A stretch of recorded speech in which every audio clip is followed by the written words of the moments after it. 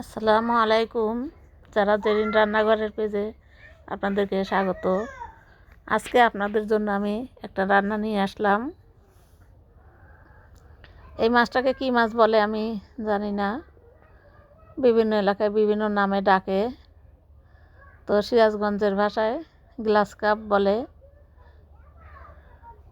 তো আমি এই মাছটাকে হালকা আছে একটু ভেজে নেব।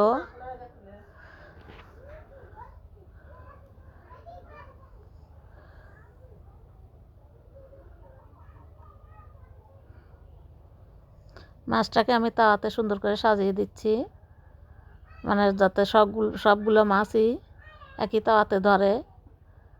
তো সাজিয়ে দিলাম, একটু আস্তে ধীরে করে উল্টে পাল্টে নিতে হবে, ভেজে নেব।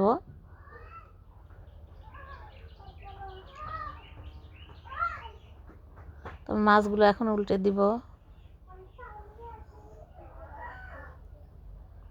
মাছগুলো আমি খুব বেশি কড়া করে ভাজবো না, একটু হালকা করেই ভাজবো।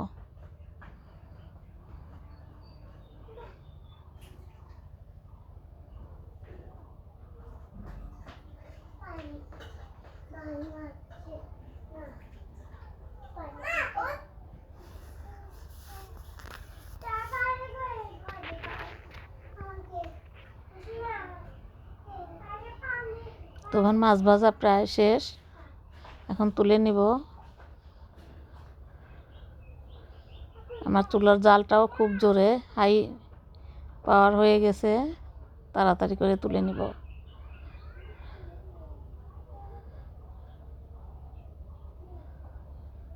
তো আমি এখন কড়াই তুলে দিলাম। কড়াইতে একটু তেল দিয়ে দিব জিরা ফোড়ন একটা, তেজপাতা দিয়ে দিব পেঁয়াজ কুচি। পেঁয়াজ কুচিটা নাড়াচাড়া করে একটু বাদামি আকারের একটু আঁচ দিয়ে নেব। তো আমার পেঁয়াজ আঁচানো হয়ে গেছে, এখন বাদামি কালার হয়ে এসছে। এখন দিয়ে দিব স্বাদ মতো একটু লবণ,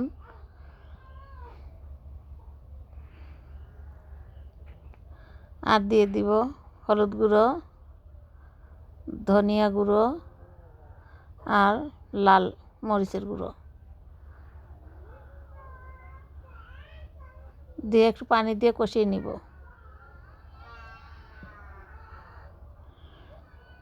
এখন এ পর্যায়ে দিয়ে দেব একটু কাঁচামরিচ বাটা,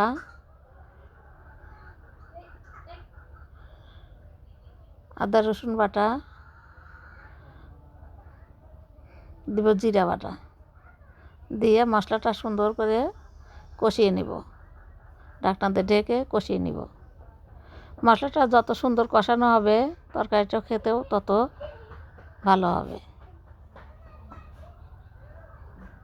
তো আমার মশলাটা সুন্দর করে কষানো হয়ে গেছে।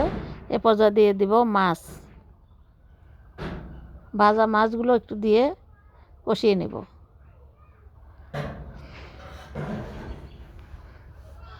অনেক তরকারিতে কষানোর আগেই আমি টমেটো দিয়ে দেই, তো এই রান্নাটায় আমি টমেটোটা ব্যবহার করব পরে। তো মাছটা কষিয়ে নেব।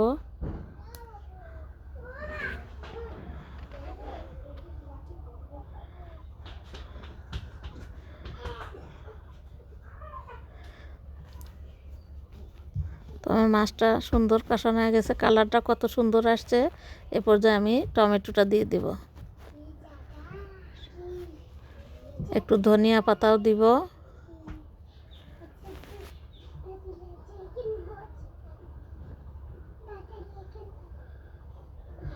ধনিয়া পাতাটা কিন্তু আমি ফ্রিজে রাখছি, ডিপের থেকে বের করে দিয়েছি।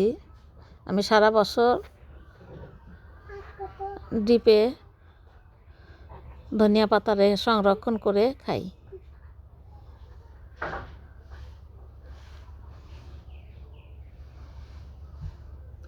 তো এখন তরকারিতে দিয়ে দেব একটু ভাজনা বাটা, আমাদের বেশি এই সিরাজগঞ্জের ভাষায় বলে তো এটাকে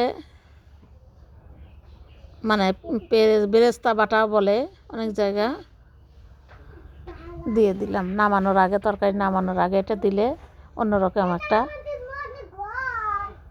গন্ধ হয়, সুন্দর একটা সেন্ট হয়, খেতেও ভালো লাগে। তো আমার এই যে মাছটা কষিয়ে রান্না করা শেষ।